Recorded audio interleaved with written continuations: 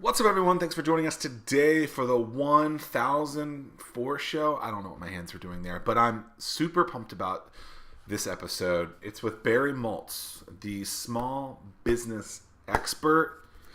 He just wrote this book, Small Business Hacks, 100 Shortcuts to Success. It's pretty cool. It's a bunch of different concepts on ways to improve your business. Of course, my favorite number is 17. And so what is episode 17? How to be more productive in less time. Look at that. Look how pretty. And this is a heavy book, right? And so we talk about the weight of the book. We talk about the contents of the book. And a lot about Barry and the way that he thinks and some of the things that he's gone through, like the 3 businesses that he started, 1 that failed, 1 that he was kicked out on, and the 3rd one where he sold the business and was able to pay off over $1 million in debt. And as he says, get his wife back. It's a fun episode of the 1004 show with Barry Moltz. He's the author of 6 books and really helps people get unstuck. And so I ask him in the first question, that exact question. So, are you ready to go into it, 1004 Nation? Because I am. Woo! Let's go. Barry Moltz, take it away. So you're like the king of being unstuck. That's something that you talk about a lot. What was the last thing you personally were stuck at? I think what happens is I transition, Zach, through a lot of different businesses where, I've gotten out of business, I've been kicked out of business. I think that when you have a failure, it's very difficult, believe it or not, to get unstuck. What we happen to do usually is we have a pity party, we get kind of cheer the darkness, we feel sorry for ourselves. But in order to move on, we have to learn whatever we can, but then we have to let go and do something else, give ourselves another chance of success. So I get stuck daily on all sorts of things, like I'm trying to work on this piece I'm writing, let's say for American Express, and it's just not working. Or I'm working with a client and I can't find a solution. So you have to let go of whatever happened and give yourself a fresh chance. So most of us get stuck, I think, almost every day. Do you make the same mistake twice? I try not to because, the idea of, fool me once, shame on me, fool me twice. I'm sorry, shame me once, whatever the expression is, right? I try not to, but invariably, I think we find ourselves going back into the same patterns over and over and over again. And sometimes it takes an intervention, either from something from the outside or something really, really horrible to happen where it just slaps you on the side of the head and say, hey, you've already made that mistake 4 times, don't do it again. So I think it's difficult. Sure. You've written a lot of books, but when you meet someone for the first time, how do you introduce yourself? Usually I say small business expert. Usually I say recovering entrepreneuraholic. That's usually the way I refer to myself. Or sometimes if I'm feeling good, Starship Commander. Ooh, Starship Commander. You're also the author of this new bad boy, Small Business Hacks, the 100 Shortcuts to Success. What the first thing I noticed when I got my copy was how heavy this is. Yeah. Was that intentional? Well, I think that you got to get to 100, right? Because you can't have a topic that says 78, hacks to success. Got to be 100 or 10 or 50 or something like that. And again, we just kept writing and we had to whittle it down to 100 because there's so many things that a small business owner is not prepared for when they start a business. Zach, most of them want to get started because they want to help a customer with a problem or with some kind of pain, and they have the skills to do it. And then all sorts of other things come in like, oh, you mean I got to pay payroll taxes? Oh, I got to negotiate a lease? Oh, I just fired someone. Now I got to come in on an employment hearing. What the heck do I do?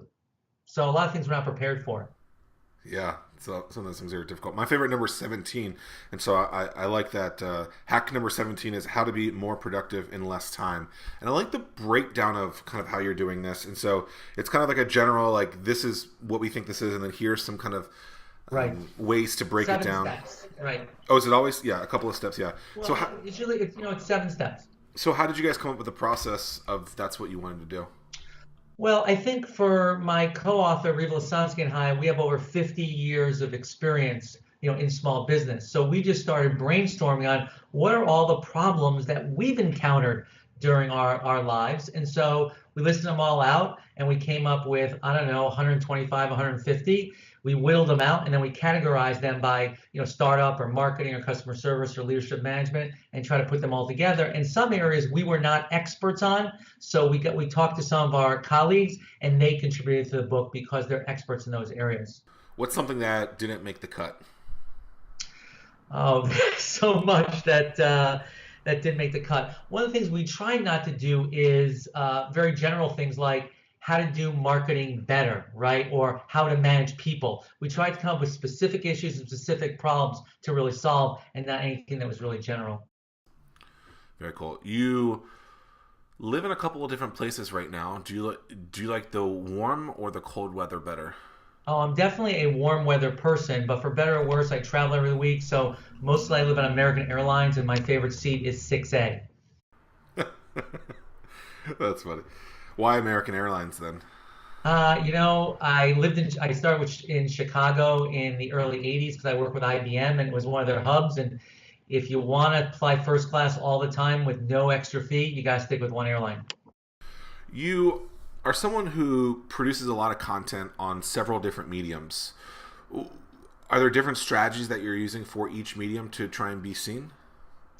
Well, I mean, it really depends on, a lot of these mediums hire me to be a business influence for them. It really depends on what their goal is. I mean, most small business owners, they consume content in a couple different ways, either written, audio, or video. And so I produce content all three ways, depending on how people are comfortable. And then usually it's in one of five areas, sales and marketing, leadership and management, customer experience, productivity, and then money.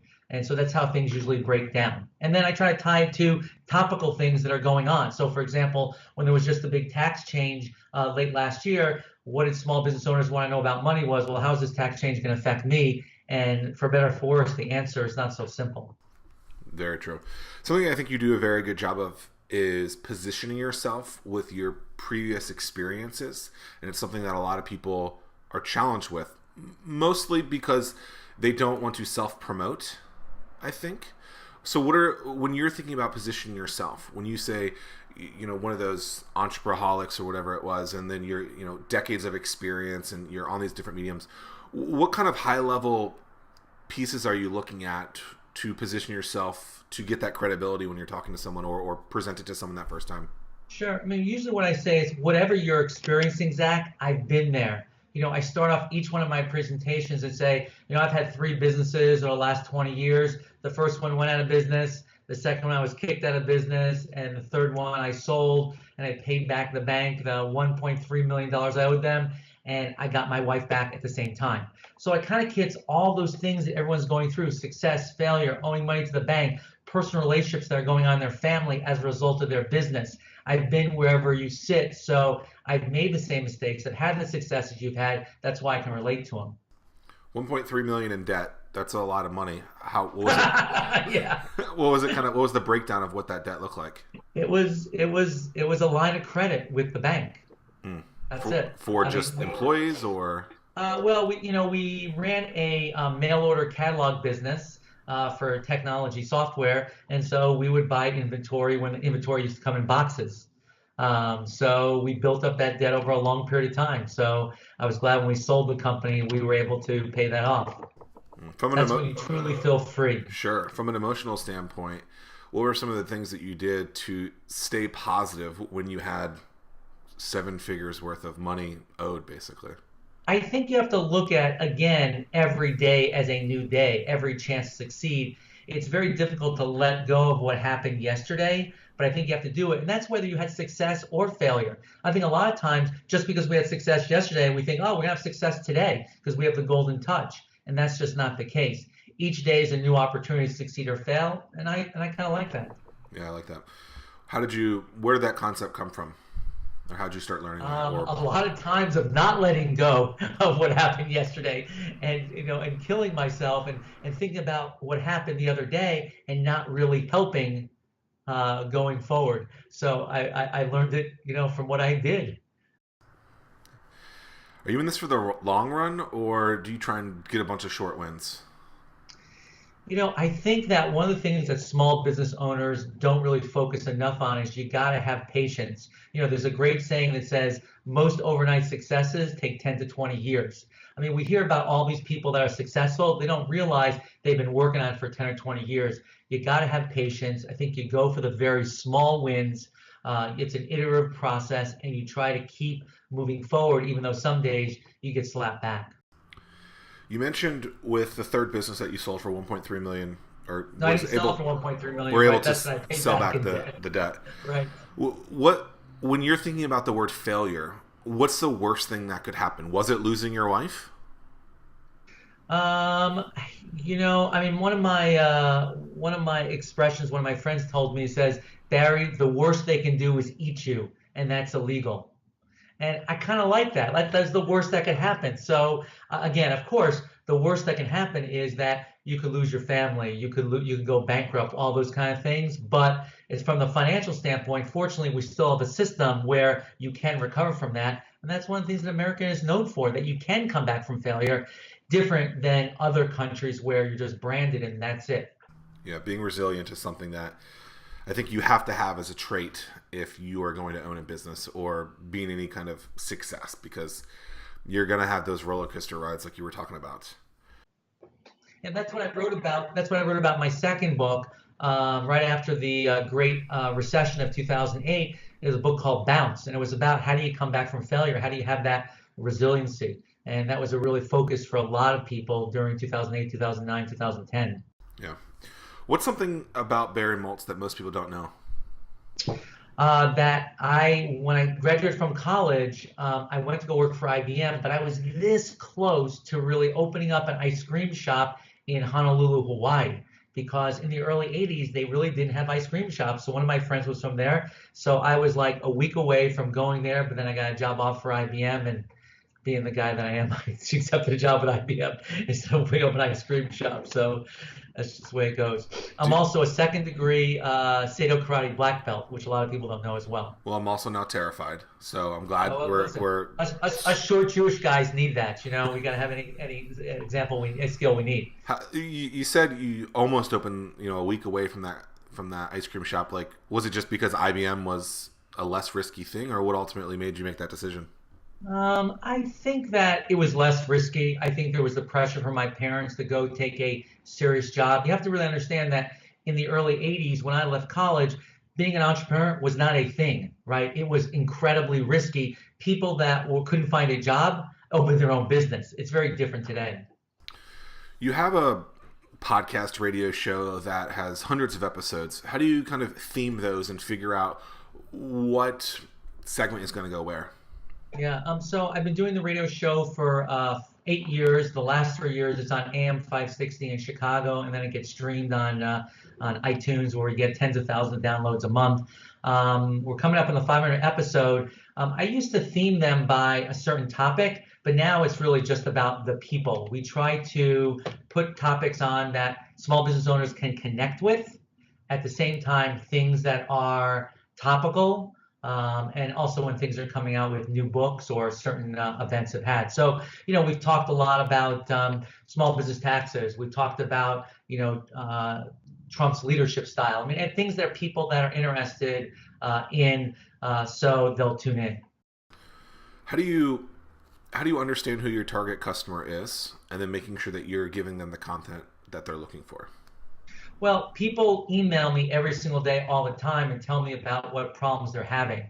And again, most of the problems revolve around three different areas. First is it's always sales and marketing.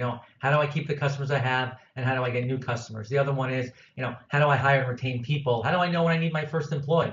And how do I hire and keep them? The third one is I can't seem to get anything done today. I have all these interruptions. How do we become more productivity? And then the fourth one is I'm always worrying about money. How can I not do that?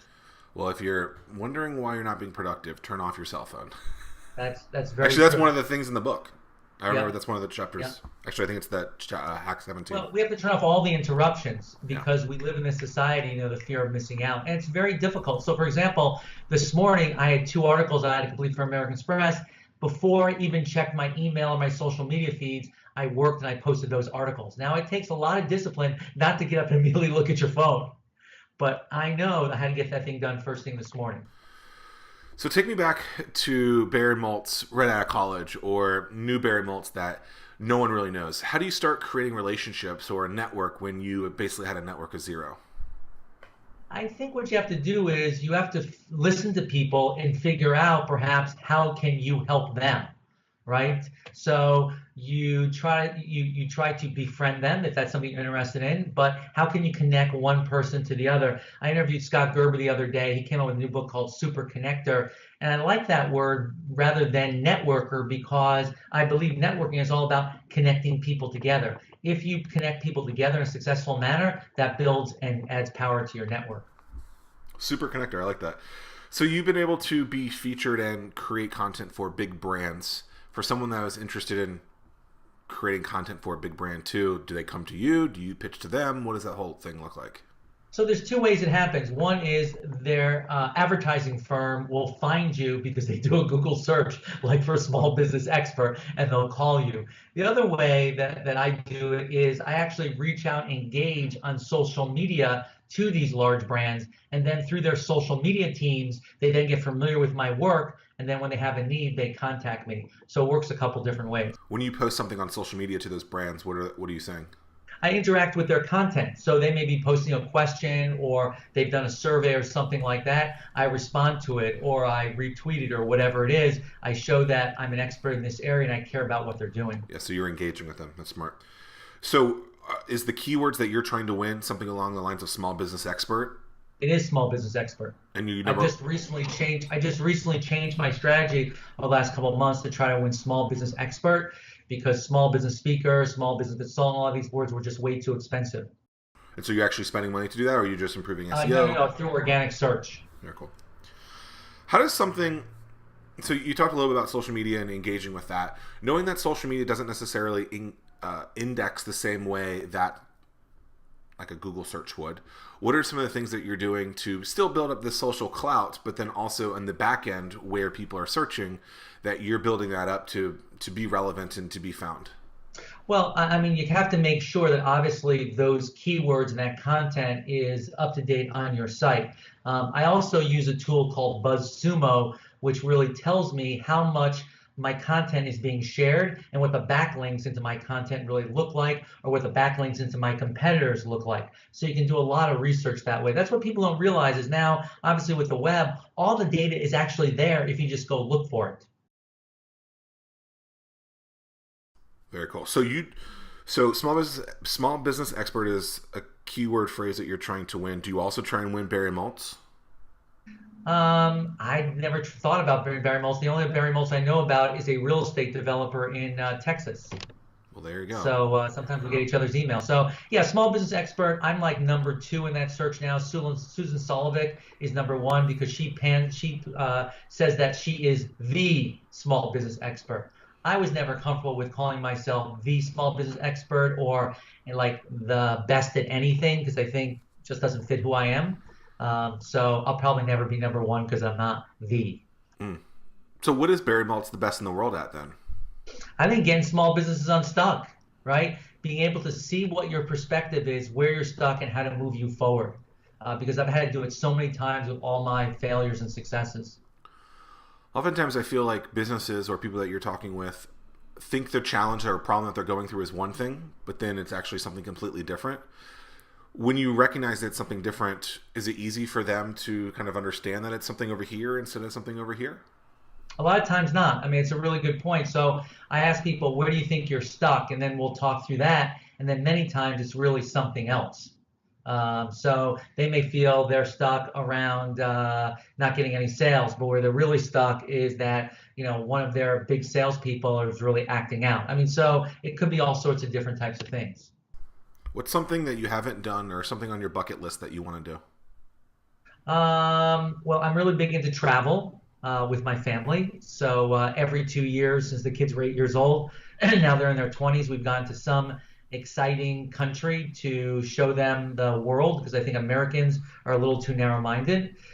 So I keep checking those things off my bucket list. Last year we were in Rwanda and South Africa, and this year we're going to Vietnam and Cambodia. But we've been in every continent except Antarctica. And I told my kids for that one they're on their own. When do you know when you should pay yourself and how much should you pay yourself? I mean, I really like what Mike Michalowicz, who wrote a book called Profit First, says that you really should pay yourself first. If you're not paying yourself, you don't have a business, you have a hobby, and if you're not paying yourself more than you can make at a job, then all you have is a job and not a business.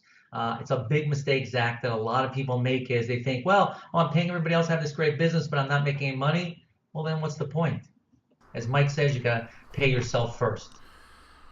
About 3 months ago, I was watching this talk that someone sent to me from John Taffer, the guy from Bar Rescue, and he said one of your questions that you said people have is like, I have a money problem, and he's like, most of the time you actually don't have an expense problem, you have a revenue problem. And so what are some ways that people can find more money in their business where they might be stuck on that?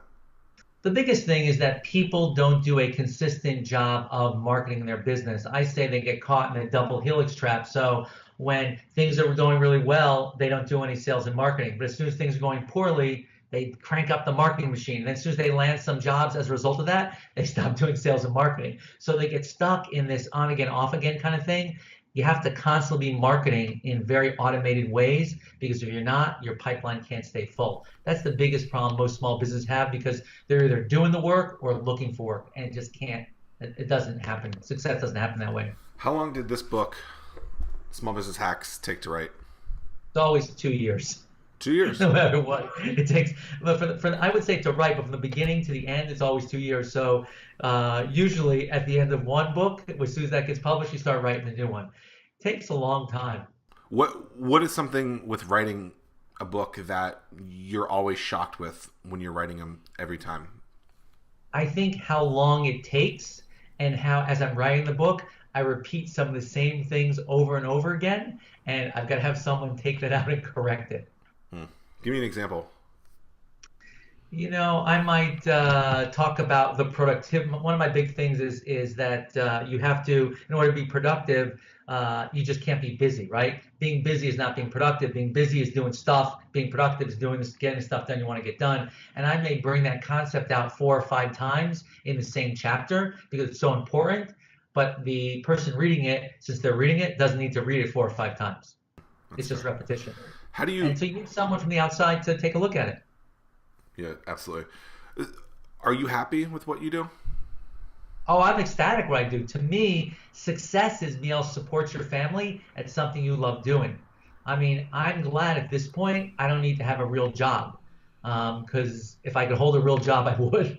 But this is really what I do. So, I mean, think about this. If you're able to make a difference in people's lives, to me, that's what success really is. I'm never going to discover the cure for cancer, but I'm going to make someone's business a little bit more successful, or them a little happier in their business. To me, that's success. Love it. So how do you ensure that you're happy or successful? And if you were getting stuck, what would you do to get yourself unstuck?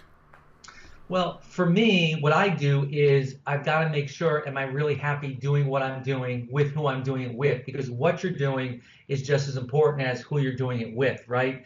And if I'm unhappy doing an activity with someone, I identify it, and then I have an exit strategy to move out. It's not practical a lot of times. Zach, if you have a customer that is a big part of your business, but you hate doing business with them, it's not necessarily practical to say, okay, I'm not going to do business with you anymore, because you don't want your business to get hurt. You have to transition out of that. So you need to come up with a plan to transition them out of your business and push them towards your largest competitor. So you've written 6 books. You just kind of mentioned that after you write the book that you finished, that you were going to be starting another one. Is there a 7th book on the way? Not currently, because I haven't started it, and I have no idea what I'm thinking. Usually, this book got released in January. For the first 3 to 5 months, there's kind of this panic stage, right? I'm like, what am I going to write about next? And, I had a whole other book written before this book. It was about busting the myths of small business. But in the last election, and now where truth has really taken a hit, I kind of put that book on the shelf because I don't think there's truth and myth anymore. I think they're the same. So we started writing something else. So I actually wrote 2 books in the last 2 years, and maybe I'll take out that book another time if truth ever makes a comeback. What do you mean by that? So There is. I think that I mean, if for me, who's very interested in current politics, there are alternate facts, right?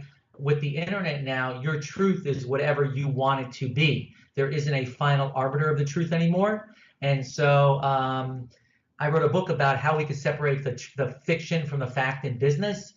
And I don't think there's facts anymore, That's interesting. unfortunately, at least now. Do you have a journalism degree, or what's your degree in? No, I went for political science, and then I got an MBA in marketing and finance. Got it. So I have a journalism degree. Got out of that world because of some of the things that you're talking about, right? Where I have no problem with people giving their opinions on stuff, providing the content that they're doing it. But I do not believe that it should be anything more than entertainment, and they should not be given First Amendment rights if they're going to start swinging it the way that they want to. And I think that's kind of what you're saying. Well, what I'm saying is that if a poll says that the majority of people think that one way, and then you announce just the opposite fact, and if you look at the poll, that's not what it is, to me, that's, well, they say fake news, but that's for another conversation, another day. Sure. No, I'm with you on that one. When do you retire? Oh, God, I hope never, really, because I quite honestly don't know what I would do. I think I've seen a lot of people retire and their health and they get depressed and they go downhill because they have nothing to do. I'll retire when there's something I love doing that I don't need to make a living at. You wrote your first book in what year? It came out in the year 2000. And so have the tools to write that book and then the newest book changed dramatically? Oh, absolutely. I mean, just with the internet, it's easier to research all sorts of different topics. For the first two books, I really had to have original interviews because the only way I could find out information was to go out and talk to the people. Here, you can find a lot of interviews on the web and then get their permission to use them. So it's a lot easier. Yeah. Easier. What's a tool that you use to write the book? Like Microsoft Word or Scrivener or? Nope, nothing. I use Word and Google. There you go. What's it like co-authoring a book with someone, and how do you guys kind of gel? I think that it's it's a challenge. I mean, Riva has been one of my mentors for a very long time because she is a journalist. So she's corrected a lot of my stuff, right? When I don't really know how to write. And I think you have to trust each other. And I think just as in business, you have to divide up who's going to do what and make sure that you're comfortable with each other's responsibilities. I think that's the biggest thing. And again, I'll repeat it one more time. You have to trust each other that everyone's working for the best of the project. Love it. Who's someone that you want to interview but you have not yet? I would love to interview. Bill Gates. I'd love to interview Richard Branson. I'd love to interview Jeff Bezos. I'd love to interview Bruce Springsteen. Right? I mean, all these people who really have become business or entertainment icons. I'd love to be able to talk to them. On my short list, which I haven't been able to talk to yet, is Marie Forleo. I don't know if you know her. I'd like to talk to her, but so far she's successfully avoided me. But I've interviewed all sorts. I've interviewed all the sharks, which have been great. I've been interviewed, Ken Burns. I've interviewed a lot of different kinds of people. Interviewed Marcus Lemonis at The Prophet. And most people have been very generous and very kind. So why is Marie? If you're prepared. Sure. What's Marie? Why is she saying no? Marie has a good following. She's got a good thing about business, and so far she's ignored me. So it's just been a challenge of mine. That's all. Interesting. Well, Marie Forleo, if you're watching, I hope. Let's get Barry on there. So how would you reach out to the other four? Gates, Bezos, Branson, Springsteen, and have you? No, I have not. We are so busy fielding people that want to get on the show after 8 years. We actually don't seek anybody anymore because the PR firms are constantly pitching the producer every single day. So we really don't reach out. But again, just like anything else, I would find a topic that they're interested in and then go through an intermediary, because I do believe in the 6 degrees of separation. You can always get to who you really want to get to if you have a long enough period of time. Sure. My go-to, or the one that I want to do, is Vince McMahon, the chairman of WWE, because I think he's done an interesting thing with taking a really small business and turning it into an international juggernaut, and that's pretty interesting to me. Well, you should interview the head of the SBA now. She knows a lot about the WWE, right? I've reached out to her, and she's giving me the Maria Forleo effect. Where, so I mean, one of the things that has worked well for me is a lot of times corporations hire these people, doing some kind of co-promotion, and sometimes it's a lot easier to get to the corporation than the person. what's something that I have not asked that a lot of people ask you? What's one thing that a lot of people ask me? Now, you've done a pretty good job of asking a lot of the questions that people usually ask. A lot of folks say, what makes you get up in the morning every single day, right? And I think for myself, it's the drive to constantly want to learn and be curious. And I think that if we ever lose the drive to be curious, then we should retire. Because for me, and I got this really from my father, is that he was always wanting to learn whatever was next. And I think that's exciting. And I think the opportunity to help even a single individual today, no matter what you do, it doesn't have to be in business, it's, crossing the street. I mean, whatever it is, I think it's a great opportunity because I think in this world we're in now, Zach, the more that we personally can show kindness and be helpful to other people, hopefully it balances out a lot of the hate and divisiveness that's really going on. If you're really enjoying the 1004, we would love for you to subscribe. Thanks.